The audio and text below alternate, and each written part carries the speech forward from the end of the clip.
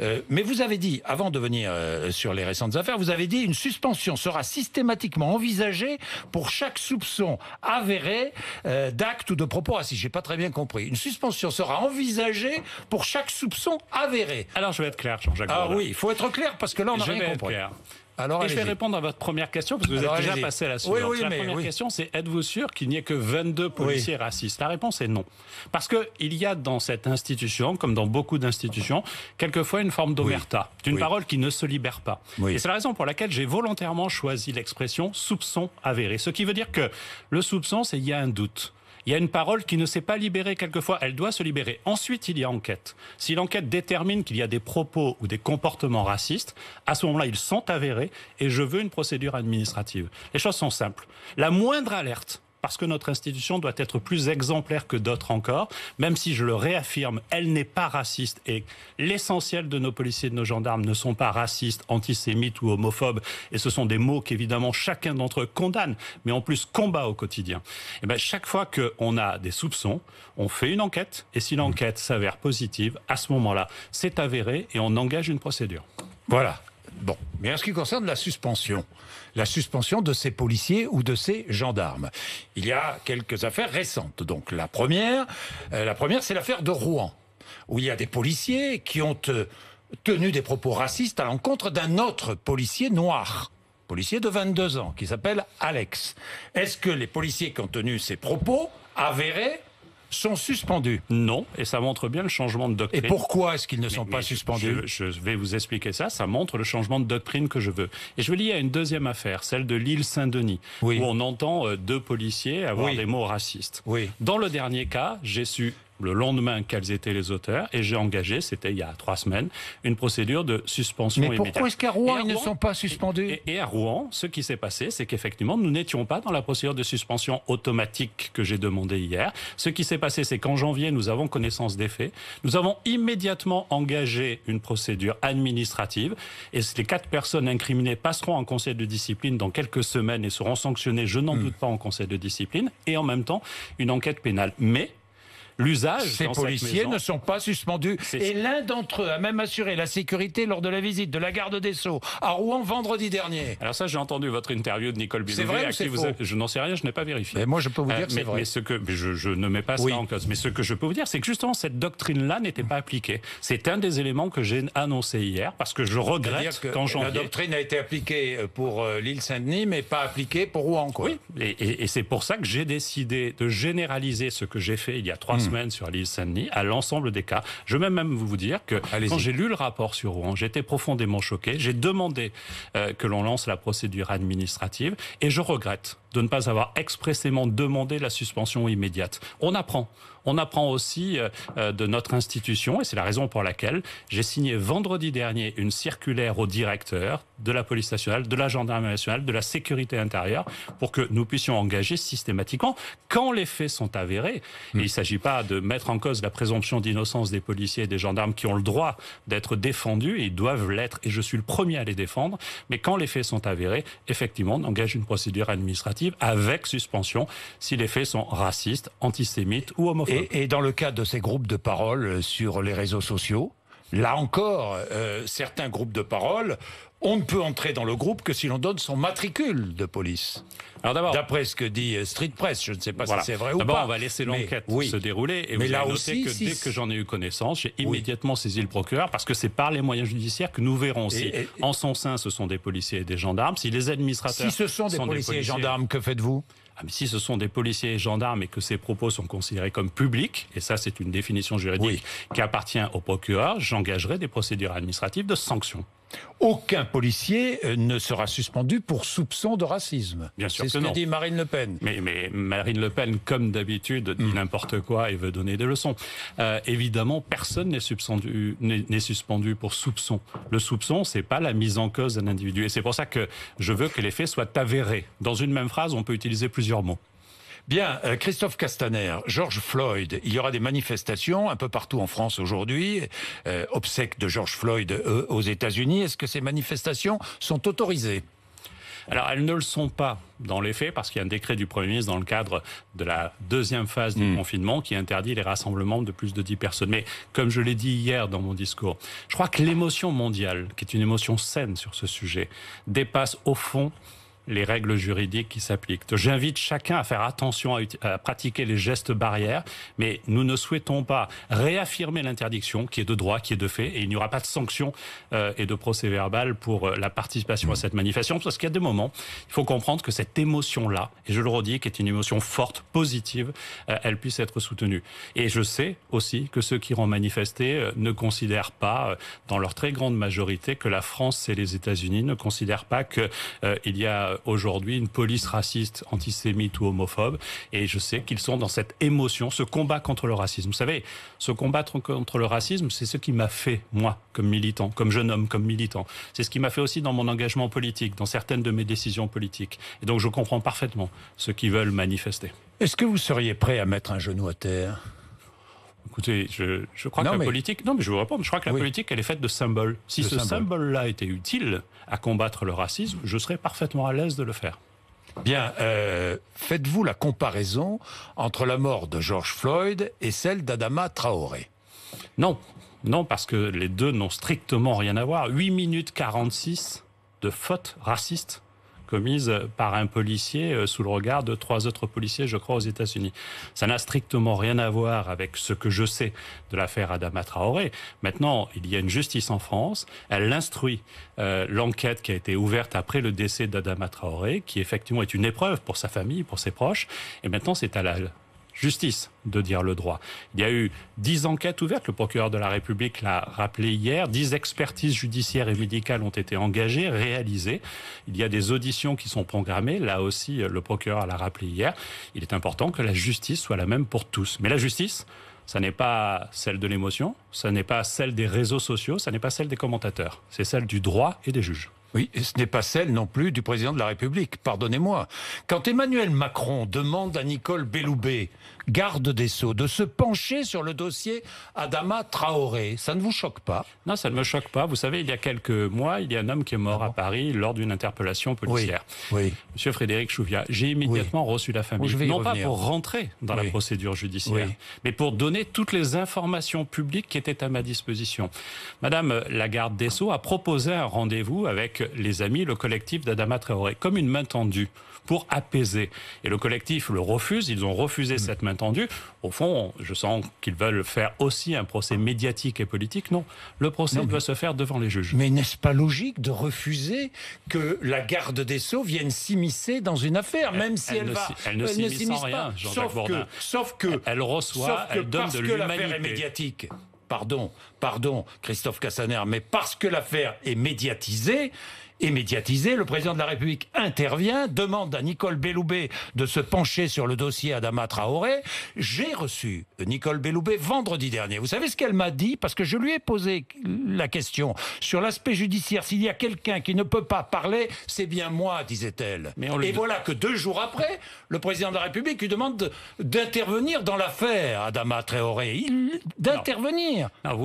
Je suis désolé de se pencher sur le dossier. Oui. De se pencher sur le dossier, ça veut dire quoi ? Donner de l'empathie, donner de la fraternité, recevoir les parents, recevoir les frères et sœurs qui sont mobilisés, recevoir les amis d'Adama Traoré pour leur garantir la transparence. Parce que la garde des Sceaux, elle est la garante justement de cet équilibre de la justice. Je ne pense pas que ce soit s'immiscer. Personne ne veut s'immiscer dans cette affaire. Et vous savez, la garde des Sceaux, qui était au Conseil constitutionnel précédemment, c'est parfaitement cela. Et si elle a proposé un rendez-vous, c'est parce qu'elle pense qu'à des moments donnés, il faut apaiser la société. La société a besoin d'être apaisée. Elle a besoin de fraternité. Elle a besoin d'empathie. C'est ce que la garde des Sceaux a souhaité faire. L'exercice est difficile. Vous avez dit que vous y reviendrez. Mais quand j'ai reçu la famille de Frédéric Chouviat, nous étions plein dans cette émotion qui perdure. C'était un rendez-vous extrêmement difficile pour eux. Pour moi aussi. Mais j'ai souhaité qu'il ait lieu pour leur dire, Pourquoi je ne suspendais pas, et ça revient sur la question que vous posiez tout à l'heure, les 4 policiers, parce que je n'avais aucun élément qui permettait de les incriminer, ni le procureur non plus, et donc je défends la police, et je refuse de céder au tribunal médiatique, et à l'inverse, je leur ai donné un engagement, celui de revoir en profondeur les gestes techniques pour voir s'il y avait des gestes techniques qui posaient problème, non pas dans l'interpellation de Frédéric Chouviat, mais en réalité dans l'ensemble des actes que nous faisons au quotidien. Oui, alors justement, ce matin, le père de Cédric Chouviat était avec moi sur RMC. Il ne comprend pas. Franchement, il ne comprend pas pourquoi les policiers incriminés dans la mort de son fils sont encore en activité. Je vous ai répondu parce que rien dans les faits tels que je les connais n'établissent une faute de ces policiers. Je sais l'émotion du père et je la comprends parfaitement. Je suis papa aussi. Il est mort. Oui. Il est mort, Cédric Chouviat. Il est mort lors d'une interpellation. Il était à scooter, il est interpellé et il meurt. Oui. Asphyxie, fracture du larynx. Mais il est dit l'autopsie. Oui, mais l'autopsie, elle ne dit pas que c'est la conséquence de l'intervention des policiers. Et moi, je ne suis pas juge. Il ne m'appartient pas de décider. Je suis aussi le garant à ma place de la défense des policiers et des gendarmes. Et donc, si le procureur de la République me dit, avant même la fin de l'instruction, oui, il y a une faute de la part des policiers, je m'engage à la suspension immédiate. Mais j'ai besoin que des gens qui ne sont pas dans l'émotion, à la fois le père, à la fois moi aussi, comme garant et chef de ces policiers. Et donc je me sens impacté par ce qui s'est passé. Si une instance indépendante, le juge, me dit oui, il y a faute, à ce moment-là, il y a décision. Mais ça n'est pas le tribunal de l'émotion qui doit s'appliquer dans notre pays. Alors, plaquage ventral ou étranglement dans le cas ? Alors, je ne sais pas. Vous ne savez pas ? Il y a plusieurs caméras qui ont filmé cette scène et je n'ai pas ces images à disposition. Par contre, ce que je sais, c'est que le plaquage ventral, dont on a beaucoup parlé dans les médias, etc., n'existe pas techniquement. Ça n'est pas, et je l'ai déjà dit d'ailleurs, je crois même à ce micro avec vous, le plaquage ventral, c'est une technique qui n'est pas enseignée, qui n'existe pas. Il peut arriver que nous positionnons quelqu'un qui est interpellé au sol, et c'est nécessaire. Pour le menotter notamment, je rappelle que quand il y a interpellation, la meilleure façon d'éviter cela, c'est de répondre « OK » quand on vous demande de vous arrêter. Quand vous résistez, il est normal que les policiers puissent avoir des moyens d'intervention. Dans ces moyens d'intervention, pour mettre les menottes, le plaquage au sol, qui n'est pas le plaquage ventral dénoncé, est utile. Mais ensuite, il faut qu'il soit le plus rapide possible. Et j'ai demandé, et je l'ai annoncé hier, qu'en aucun cas, il y ait une pression sur la tête ou sur la nuque. C'est-à-dire que le plaquage ventral n'existe pas, dites-vous. Donc étranglement, c'est une technique qui n'est enseignée à aucun moment. Fini. Donc je pourrais me faire plaisir, Jean-Jacques Bourdin, et dire j'annule le plaquage ventral. Comme il n'est pas enseigné, ce serait franchement se moquer du monde. La technique, la méthode d'étranglement, ça on est d'accord. Alors la méthode d'étranglement, ce qui est différent, j'ai décidé de l'annuler. Pourquoi ? D'abord parce que personne... Parce que les policiers ne comprennent pas, et gendarmes, tous ceux qui ont réagi... je me permets de vous corriger. Allez-y. Je vais revenir sur policiers et gendarmes. D'abord, je pense que personne ne doit risquer sa vie lors d'une interpellation. Or, la technique de l'étranglement, sur la base du rapport qui m'a été remis il y a quelques jours par le directeur général de la gendarmerie nationale et par le directeur général de la police nationale, peut être dangereux. C'est la raison pour laquelle j'ai demandé qu'elle soit abandonnée et qu'elle ne soit plus apprise dans les écoles de formation. J'ai demandé aussi que, dorénavant, chaque année, tous les policiers et gendarmes qui interviennent dans la rue fassent l'objet d'une formation permanente sur les différents gestes techniques et donc sans l'étranglement. Et je vous corrige sur un point. Vous dites policiers et gendarmes. Mais non, les gendarmes ne pratiquent pas dans notre pays l'étranglement. Les policiers, oui. Depuis des années, les gendarmes ne le pratiquent pas. Et pourtant, les gendarmes interpellent. Mais les policiers la pratiquent, cette technique. Ils la pratiquent. Et disent que sans cette pratique, parfois, dans certaines conditions, lorsqu'on est confronté à un délinquant qui ne veut pas, évidemment, qui ne veut pas être arrêté, eh bien, on n'a pas d'autre solution. Je crois qu'il y a d'autres solutions techniques. C'est ce que me disent les professionnels du groupe de travail. La clé de bras, le balayage, le coup de pied peut permettre, le coup de pied à la jambe peut permettre cela. Ensuite, il y a des moyens intermédiaires qui peuvent nous aider aussi, le bâton télescopique. Et quelquefois, ce qu'on appelle le pistolet à impulsion électrique servira aussi. Ce que je sais, c'est que c'est une technique qui a été apprise, qui est utilisée, et donc il faut très vite que nous donnions à nos forces de sécurité intérieure d'autres moyens techniques d'intervenir. C'est ce sur quoi je m'engage au moment où je vous parle, parce que je sais l'importance, je sais le risque, je sais la tension au moment d'une interpellation. Mais si une pratique est pratiquée par la police et pas par la gendarmerie depuis de longues années, déjà ça doit nous interroger. Mais j'ai un rapport aujourd'hui qui me dit que la technique de l'étranglement est dangereuse, et donc je ne souhaite pas maintenir y compris pour protéger mes gars, pour protéger les policiers. Je ne souhaite pas maintenir cette technique. Bien, revenons aussi sur le cas de Gabriel, cet ado, préado, 14 ans, arrêté à Bondy le 25 mai. Alors, il est accusé par les policiers de l'avoir frappé, le blessant sérieusement à l'œil. Il accuse les policiers, pardon. Il tentait de voler un scooter. Il a commis une faute, plus qu'une faute, un délit. Il tentait de voler un scooter. 4 policiers l'ont interpellé. Il dit que les policiers l'ont frappé à coups de pied, en le blessant sérieusement à l'œil. Vous dites, je suis troublé par cette affaire. Oui. Vous dites, je suis troublé. Mais là encore, les policiers ne sont pas suspendus, non? Alors, là encore, il faut laisser un peu le temps à l'instruction et au contradictoire. Oui. D'abord, il n'est pas normal qu'un homme, et en particulier un jeune homme de 14 ans, au moment de cette interpellation, soit blessé. Une interpellation n'a pas vocation à blesser celui que l'on interpelle. Ensuite, il y a 2 explications. Celle du jeune homme et celle des policiers, qui sont totalement contradictoires. Il ne m'appartient pas à moi de dire qui a raison. Par contre, j'ai saisi l'IGPN immédiatement. Pourquoi êtes-vous troublé alors? Non, mais parce que je ne comprends pas l'explication qui m'est donnée. L'explication qui m'est donnée, oui, je ne la comprends pas. Et donc j'ai saisi l'IGPN sur cette base, parce que je ne la comprends pas. Parce que les chefs ne la comprennent pas. Ils sont plus à même que moi d'ailleurs d'apprécier. Et donc j'ai saisi l'IGPN qui est en train de faire des auditions contradictoires, qui est en train de regarder le rapport entre l'expertise médicale qui vient d'arriver il y a peu de temps sur les blessures de ce jeune homme et la déclaration des policiers. Et s'il y a contradiction, ça veut dire qu'effectivement il y a présomption de faute. Et à ce moment-là, je demanderai aux policiers de s'expliquer. Les interpellations et les contrôles d'identité. Là aussi, vous avez lu évidemment tous les rapports, notamment celui du défenseur des droits. Alors, obligation d'afficher le matricule lors de ces contrôles, de mieux l'afficher pour qu'on puisse le lire. Bon, c'est pas toujours facile, quand on est à la poursuite de délinquants ou quand on est en train d'interpeller, afficher son matricule, c'est pas si évident que ça. Vous êtes d'accord avec moi. Qu'est-ce qu'il y a encore? Il y a recours aux caméras piétons, un peu plus. Recours aux caméras, ça marche pas toujours, les caméras piétons. Tout ne marche pas parfaitement. C'est pour ça qu'il faut un ensemble. Les dysfonctionnements sont nombreux. J'ai lu un article dans le Canard enchaîné récemment qui raconte qu'il y a de mauvaises prises de vue, les batteries qui tombent rapidement à plat, les fixations pas solides. Enfin bon. Non, mais tout n'est pas parfait. C'est pour ça qu'il faut effectivement assumer de développer certains matériels, et les caméras piétons en font partie, avec des caméras qui doivent avoir une meilleure autonomie que celle que nous avons aujourd'hui. Mais plus globalement, sur le contrôle d'identité, d'abord, j'ai voulu hier, et je le ferai par une instruction, rappeler la doctrine. Les contrôles d'identité, ça ne peut pas être un délit de sa gueule. Ça n'est pas un délit de sa gueule. Un contrôle d'identité, il doit être construit pour prévenir un risque à l'ordre public ou éventuellement dans le cadre d'une recherche d'infraction identifiée dans la poursuite de l'infraction. Alors pourquoi ne pas accepter une traçabilité des contrôles d'identité? Je vais tenter d'aller jusqu'au bout et je répondrai à cela. Et donc ce sont 2 conditions uniques pour faire un contrôle d'identité.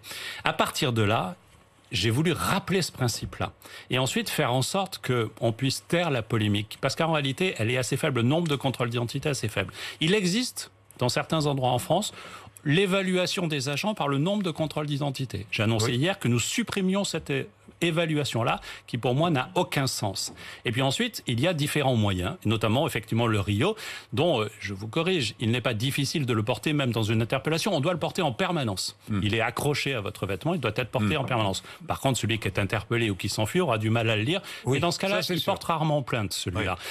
Et donc la réalité, c'est on affiche le RIO, c'est-à-dire le numéro d'identité du policier, et ensuite on rappelle des règles. Pourquoi je ne suis pas favorable au récépissé? Notamment parce qu'au moment du débat qui a eu lieu il y a quelques années sur ce sujet, la CNIL avait indiqué ses réserves au motif que si l'on faisait un fichier national des gens qui sont contrôlés, là où ils sont contrôlés et pourquoi ils sont contrôlés, c'est un fichier qui peut paraître aussi attentatoire aux libertés.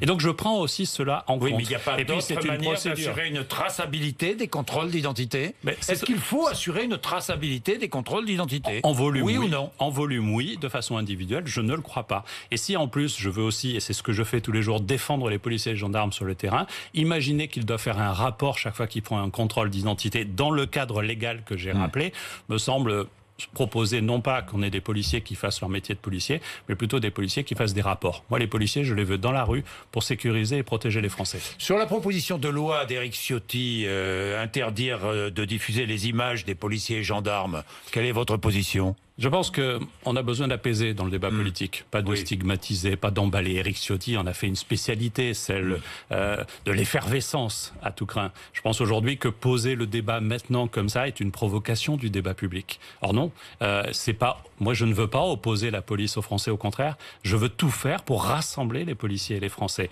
Aujourd'hui, il y a des tensions qui existent. Ce serait idiot de les nier. Et donc, à partir de là, notre responsabilité, c'est de tout faire pour les rapprocher, pas d'instrumentaliser l'émotion politique comme le fait dans sa proposition de loi Éric Ciotti. Faut-il accélérer, je change de sujet, le déconfinement ?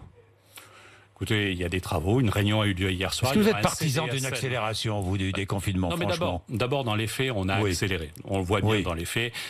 J'ai travaillé comme ministre de l'Intérieur beaucoup sur ces sujets. On l'a fait petit à petit, mais vu que les résultats sont bons, que le Conseil scientifique nous éclaire et que l'ensemble des sachants médicaux nous éclairent, on a accéléré.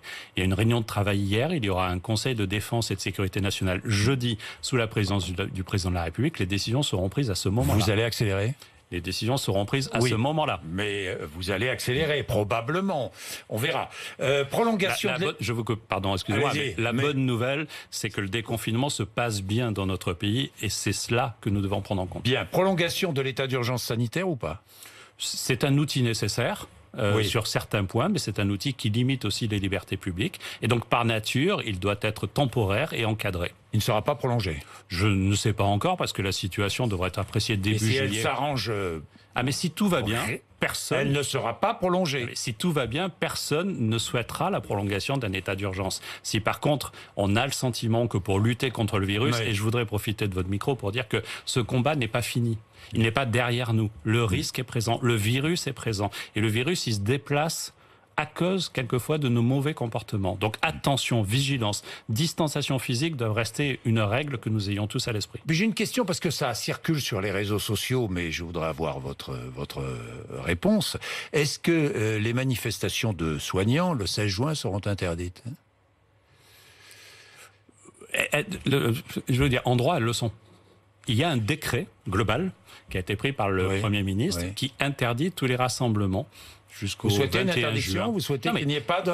Elles sont déjà interdites. Elles sont déjà interdites. Oui. Ensuite, il y a l'attitude que nous adoptons. Elles sont interdites, mais elles seront tolérées, quoi, si je comprends bien, parce que je ne comprends plus, là. Non, mais c'est simple. C'est simple parce que je l'assume. Est-ce que les forces de l'ordre interviendront pour interdire, pour empêcher ? Jean-Jacques Bourdin, je vais tenter de vous répondre. Allez-y. Mardi dernier, par les faits, plutôt que par les mots.